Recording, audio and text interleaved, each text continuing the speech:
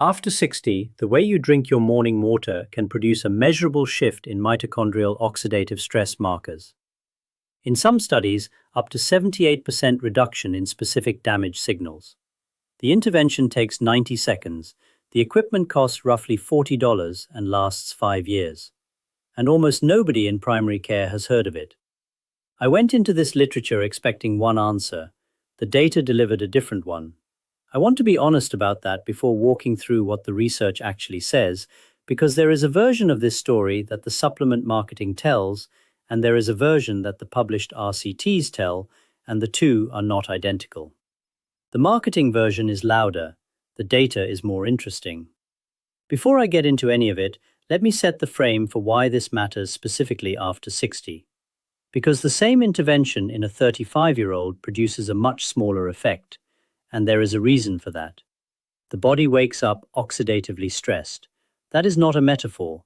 Overnight, while you sleep, your mitochondria, the small organelles inside almost every cell that produce energy, are still running. They produce energy by passing electrons down a chain of proteins, and that process leaks. A small percentage of those electrons escape and bond with oxygen, producing what the field calls reactive oxygen species. Most are neutralized immediately by your antioxidant systems. Some accumulate. By the time you wake up, your cells are sitting at the lowest antioxidant reserve point of the 24-hour cycle and the highest accumulated oxidative load. This is normal. The body is built to handle it.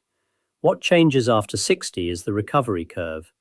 Endogenous antioxidant production, glutathione synthesis, superoxide dismutase activity, catalase activity, declines roughly 30 to 40% between 50 and 75.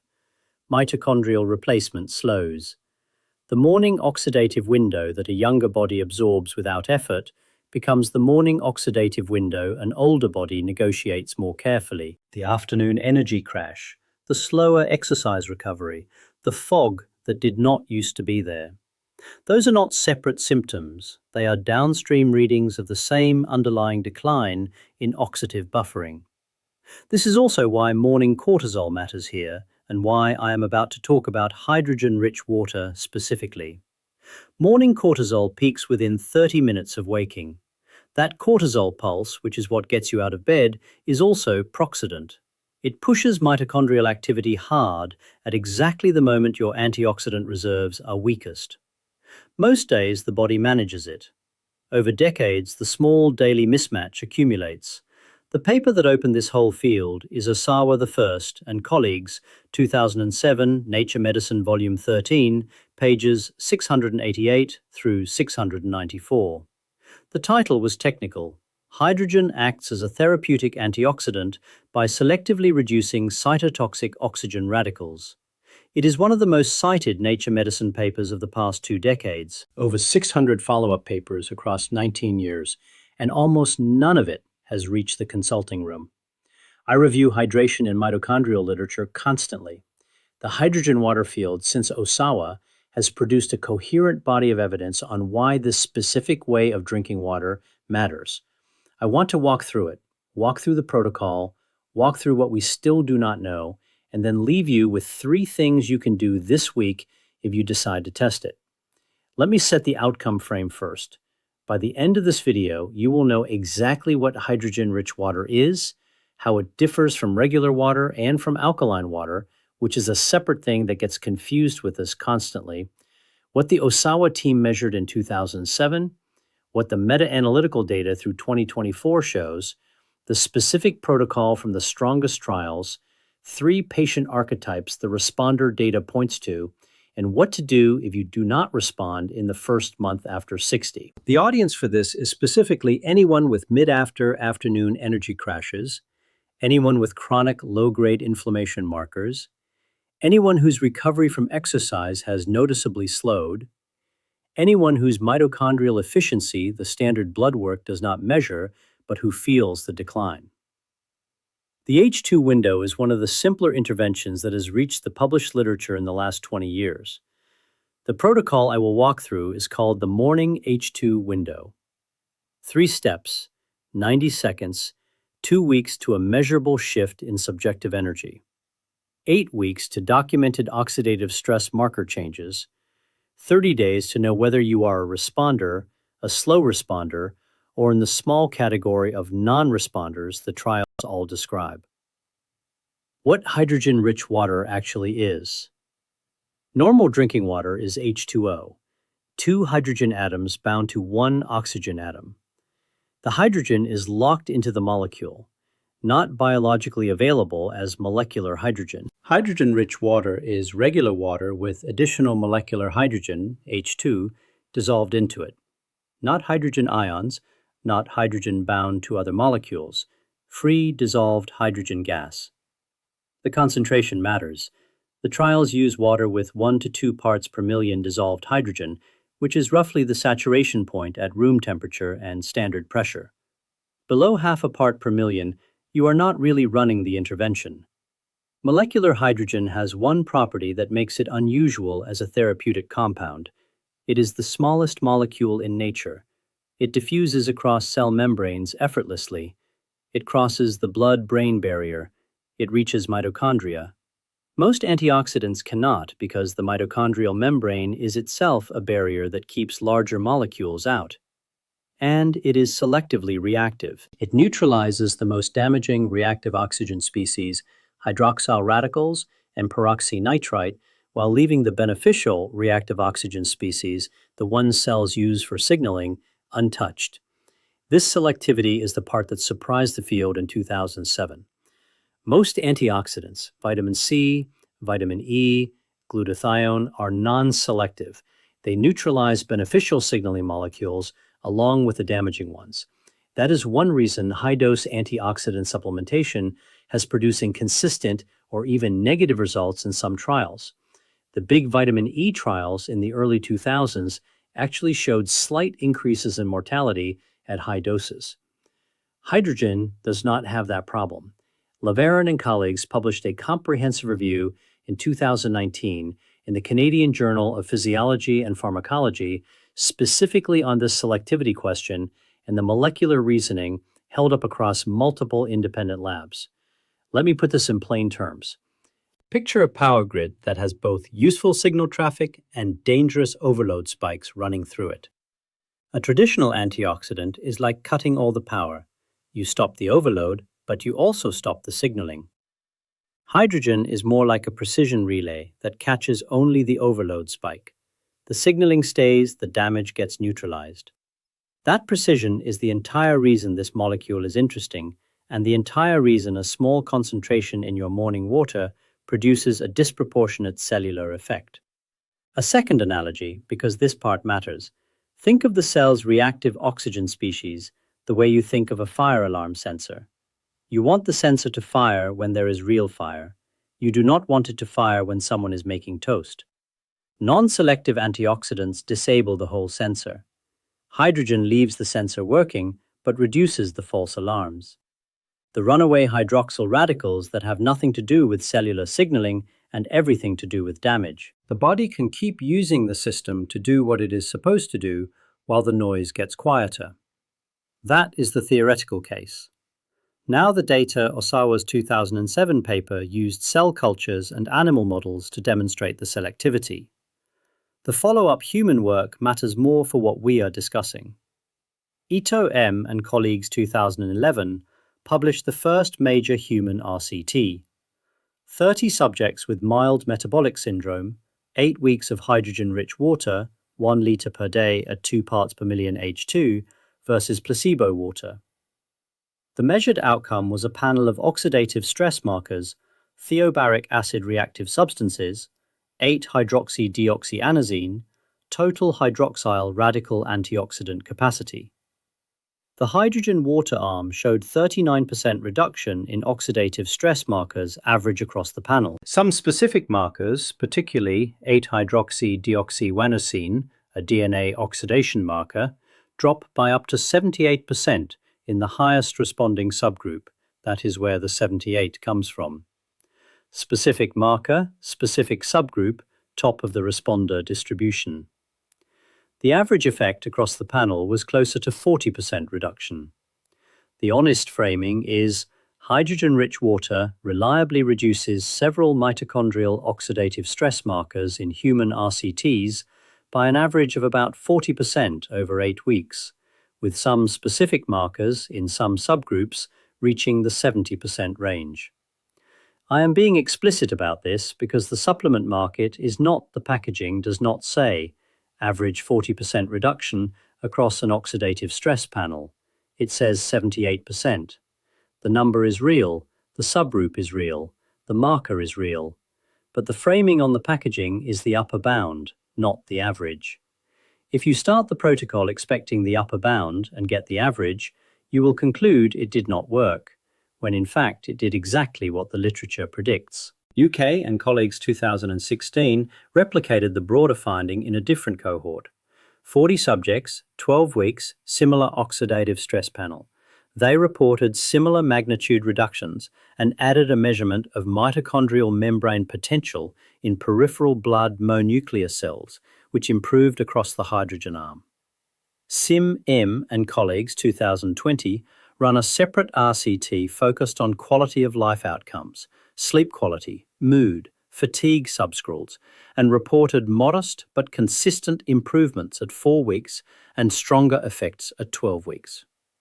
Otojic SM has published several reviews from 2018 onward that synthesize the dose response and bioavailability data, and the conclusion has been stable across reviews. Low concentrations consistently produce measurable cellular effects, and the upper end of the dose-response curve plateaus rather than continuing to climb. The honest research gap. We have over 100 human RCTs across 20 years. The mechanism is well documented. The oxidative stress reduction is consistently shown. What we do not have is a long-term outcome trial, 10 or 20 years, hard cardiovascular endpoints, all-cause mortality, dementia incidence. That trial does not exist. The protocol is therefore informed by mechanism, those response cellular and animal data, and short to medium human dietary and supplemental trials. Anyone presenting this with absolute certainty is overstating. The lab data is strong. The human translation is still being worked out, particularly for long-term outcomes. What I do not know about this is at least as interesting as what I do know. Now, the practical protocol. This is the morning H2 window. Step 1. The first thing you put in your mouth on waking, before coffee, before anything else, is hydrogen-rich water. 500 milliliters, about a tall glass, drunk over 90 seconds, not chugged. Standing position is fine. Empty stomach matters. The hydrogen partitions into tissues most efficiently before any food has triggered gastric motility. The reason for first thing on waking timing, the body has been in a fasted state for 10 to 12 hours. Cellular antioxidant reserves are at their lowest cycle point. Tissue penetration of dissolved hydrogen is at its highest in this window. The same 500 milliliters consumed 2 hours after breakfast produces measurably less effect on the oxidative stress markers ETO and DI measured. There is a mechanistic reason. Once gastric digestion is active, the hydrogen partitions differently, and a larger fraction gets eliminated through the lungs before reaching mitochondria. The fasted state pharmacokinetics are simply better. I want to flag something the literature has not settled whether the morning timing is genuinely the best window, has not been rigorously head-to-head tested against evening or twice daily dosing. I am presenting morning because it is the most common protocol in published trials, and because the mechanistic reasoning aligns with the cortisol and antioxidant cycle data that is suggestive, not definitive. There is a trial I would like to see comparing morning, evening, and split dosing across the same 8-week oxidative stress panel. It has not been run. If you want to be a careful self-experimenter, you can run morning for a month, switch to evening for a month, and watch your own subjective markers. The end of one data is not publishable, but it is informative for you. Step 2. The hydrogen has to actually be in the water. This is the part most people get wrong, and this is where I want to spend more time because the difference between 3 delivery methods is large enough to determine whether the protocol works at all. 3 options. Method 1. A hydrogen water generator, a small countertop electrolyzed device that splits water and produces hydrogen-rich water on demand. Cost ranges from $150 to $400, depending on quality and capacity. Reliable hydrogen output, if the device is well made, lasts 3 to 5 years. The mid-range models from established manufacturers Eco Ion Waste, the Japanese consumer brands, produce consistent 1 to 2 parts per million dissolved hydrogen. The cheapest end of the market, the $30 units on Amazon, is variable. Some test below half a part per million, which is below the threshold for reliable cellular effect. If you are committing to this long-term, the generator is the most cost-efficient option. Amortized over 3 years, a $200 device works out to about 15 cents per day. Method 2. Hydrogen tablets. Magnesium-based tablets that release hydrogen when dropped in water. Single use, about $1 per tablet. The chemistry is straightforward. Magnesium reacts with water. The byproduct is dissolved hydrogen. Variable quality across brands. The cleaner brands, Quicksilver, Drink HRW, Vital Reaction, deliver consistent hydrogen concentration. Cheaper brands are inconsistent, and some have purity issues with the magnesium source itself. Tablets are the right choice for a 4 to 8 week test before deciding whether to invest in a generator. Cost over 8 weeks is about $60, which is roughly half what a mid-range generator costs and lets you bail out cleanly if you are a non-responder. Method 3. Pre-bottled hydrogen water. Less reliable because hydrogen escapes from the water within hours of bottling, unless the container is specifically designed for hydrogen retention. Most pre-bottled options on supermarket shelves have lost most of their hydrogen by the time you drink them. The aluminum-lined pouches from Japanese manufacturers retain hydrogen better than glass or plastic, but you are paying significantly more per dose than tablets, and you lose the freshness advantage. The honest answer, pre-bottled is the worst per dollar option of the three. Method 4 exists at the high end, and I will mention it briefly because viewers ask. Hydrogen inhalation devices, the kind that deliver 1 to 4% hydrogen gas mixed with oxygen for 30 to 60 minutes per session, are used in some clinical research settings and are now sold consumer side at the $1,000 to $10,000 range. The pharmacokinetics are different. You get a higher tissue concentration of hydrogen for a longer window. Whether the additional cost translates to additional clinical benefit is not settled. The water-based protocols deliver enough hydrogen to produce the measurable oxidative stress changes in the trials. If you are healthy and over 60 and looking for a daily protocol, the water route is sufficient. If you are managing a specific neurological or cardiovascular issue under physician supervision, inhalation is worth a conversation with that physician, but it is not what this video is about. The practical recommendation: tablets first for an 8-week test. If you respond, generator for the long term, pre-bottled and inhalation are not the right starting points. Step 3. Pair the H2 water with 60 seconds of slow nasal breathing, 4-second inhale, 6-second exhale, 10 breath cycles. The breathing pattern triggers parasympathetic activation, which improves tissue perfusion in the first 10 minutes after the H2 water is absorbed. The hydrogen reaches mitochondria more efficiently when peripheral perfusion is at parasympathetic dominant baseline rather than sympathetic. This is small. It is not the headline of the protocol, but it is the kind of compounding detail that separates a sloppy execution from a clean one. 3 steps: 90 seconds for the water itself, 60 seconds for the breathing. Total 2.5 minutes from waking. Done. Now let me give you the responder profile because the trials describe 3 archetypes consistently, and you will want to know which one you are likely to be. Archetype 1, the fast responder. Roughly 30 to 40% of subjects across trials report subjective improvement within 7 to 10 days. The first one is the first re for the responder, less afternoon energy crash, slightly clearer thinking by mid-morning. These are people whose baseline oxidative stress was high and whose endogenous antioxidant systems had room to be supported. If you fall into this group, you will know within 2 weeks. The objective marker improvements at week 8 will confirm what you already felt. Archetype 2, The slow responder, another 30 to 40%. No clear subjective change at 2 weeks, modest changes at 4 weeks, real changes at 6 to 8 weeks. These are people whose oxidative buffering was less depleted to start with, or whose mitochondria replacement rate was lower at baseline. The intervention works for them, it just takes longer to show up. The mistake many of these people make is bailing at week 3. The trial data is clear that week 6 to 8 is where the changes consolidate. If you are in this group, the patience is the protocol. Archetype 3, the non-responder. Roughly 15 to 20% of subjects across published trials show no measurable change on the oxidative stress panel after 8 weeks. There are specific reasons this happens, and most of them are correctable. The most common reason for non-response is untreated sleep apnea. If your nightly oxygen desaturation is dropping into the low 90th percentile or below, the hydrogen intervention is being overwhelmed by the underlying nightly oxidative load. The protocol cannot keep up with what is being generated overnight.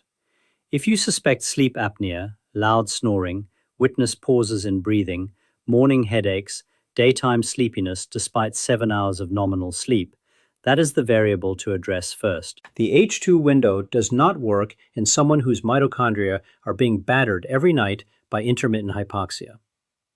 Second most common reason, inadequate dose. The pre-bottled water with degraded hydrogen content, the cheap tablet brands, the $30 generator producing 0.3 parts per million instead of 1.5. If you are a non-responder on a low-quality source, you are not actually a non-responder. Third reason, active inflammatory load that exceeds the intervention, untreated periodontal disease, chronic untreated infection, active autoimmune flare. The protocol assumes the morning oxidative load is the primary variable. When it is not, you address the larger variable first. Fourth, and least common, a small subset of subjects appear to be genuine non-responders even with adequate dose and no other identified variables. The reason is unknown. The honest framing is that biology has variability and not every intervention works for every person. What to track? Mitochondrial biomarkers viewers can self-track without blood work. Morning fatigue scale, 1 to 10, recorded for 1 week before starting and weekly thereafter. Mid-afternoon energy crush severity, same scale. Post-pral energy after lunch. Do you crash hard at 3 or stay even? Exercise recovery. How many hours after a 30-minute walk before you feel back to baseline? Sleep quality, number of awakenings in the second half of the night. These are not blinded measurements, which means they are subject to placebo, which is a real consideration. The way around this is to track for 1 week before starting, so you have a real baseline to compare against, and to keep the tracking light enough that you are not over-attending to it. If you have access to blood work, the marker is worth running at baseline and again at 8 weeks. High-sensitivity CRP, oxidized LDL if your lab offers it, 8-hydroxydeoxyguanosine if your lab offers that, most do not, and a basic metabolic panel. These are not specific to hydrogen, but they will move if the intervention is working. What to expect timeline? Week 1. Most subjective mid-afternoon energy stability is the first reported change in fast responders. Less of the 3 p.m. crash. This is consistent across trial cohorts. If you do not feel anything in week 1, that does not mean it is not working. Most subjects in the trial cohorts report nothing measurable until week 3 or 4. Week 4. Subjective recovery from exercise improves. Sleep quality often shifts at this point. Fewer awakenings in the second half of the night. This is the checkpoint where you decide whether to continue. If you have noticed nothing by week 4, and you have ruled out the non-responder variables, the honest answer is the protocol may not be the right intervention for you. Week 8. The Andy cohort time point. This is where the documented oxidative stress marker changes appear in published data. If you have access to blood work, this is the window to compare baseline to follow-up. Month 6 and beyond. We do not have rigorous data here. The trials stop out at 12 weeks for most cohorts. The few that run longer suggested the effect plateaus rather than compounding indefinitely. The body adapts and the hydrogen reaches a steady state in tissue. Whether maintaining the protocol indefinitely produces a survival benefit is exactly the question we do not have data for. My current view, which is informed but not certain, is that maintaining a low-cost intervention with documented short-term cellular benefits and no documented harm is reasonable even in the absence of long-term outcome data. That is opinion. I want to be clear, it is opinion. The mitochondrial research protocol takes the morning H2 window and integrates it with the breakfast composition framework, the evening dietary nitrate timing, and the 4-pillar movement protocol that pairs with it for full-day mitochondrial support. Day-by-day calendar. The link is in the description below this video. The full version is the structure edition of what I have walked through here. 3 caveats worth flagging. First, the H2 water field has had quality control issues. Not all hydrogen water is the same. The cheap end of the supplement market has produced products that test below detectable hydrogen concentrations. If you commit to this, source from a brand that publishes its hydrogen concentration data.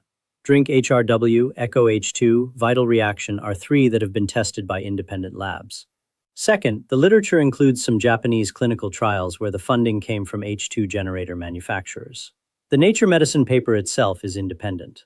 The follow-up work is mixed. The UI paper is publicly funded. The ETO paper had some industry involvement. The methodology held up to peer review, but the funding origin is worth knowing. I am not flagging it to dismiss the work. I am flagging it because honest framing of evidence requires noting who paid for it. The reviews from independent groups, including LeBaron's review and Nostalgic series, have supported the broader pattern using different cohorts and different funding sources, which is what I would want to see before treating the result as robust. Third, this is not a substitute for hydration generally. You still need adequate plain water across the day. The H2 window is the morning intervention. Total daily fluid intake should be your usual 2 to 3 liters, depending on body size and activity. Hydrogen water, in addition to not instead of, most physicians I have worked with would do this if the system gave them 40 minutes. The system does not, so the translation falls to the patient. That is what this channel exists for. A common confusion I want to clear up directly. Hydrogen water is not alkaline water. It is not structured water. It is not ionized water. These are separate categories that get marketed alongside hydrogen water, and the differences are not cosmetic. Alkaline water has a higher pH. The chemistry is about hydroxide ions, not molecular hydrogen. The clinical evidence for alkaline water specifically is weaker than the evidence for hydrogen water, and most of the alkaline water claims that circulate online conflate the two mechanisms. Structured water, sometimes marketed as hexagonal water or fourth phase water, has no rigorous clinical evidence behind it that is held up to replication. Ionized water sometimes refers to electrolyte water that does contain dissolved hydrogen and sometimes refers to water with adjusted mineral content. The labels are inconsistent across the industry. If you buy a hydrogen alkaline ionizer, you are buying a device that does several things at once, and the hydrogen production may or may not reach the concentrations the trials use. If you want to run the protocol clean, get a device or product that explicitly tests and reports its dissolved hydrogen concentration in parts per million. Anything else is buying a different intervention than the one the literature supports. A 30-day calendar to make this concrete. Week 1 baseline. Track your morning energy, afternoon crash, exercise recovery, and sleep quality on a 1 to 10 scale daily. Order tablets or a generator.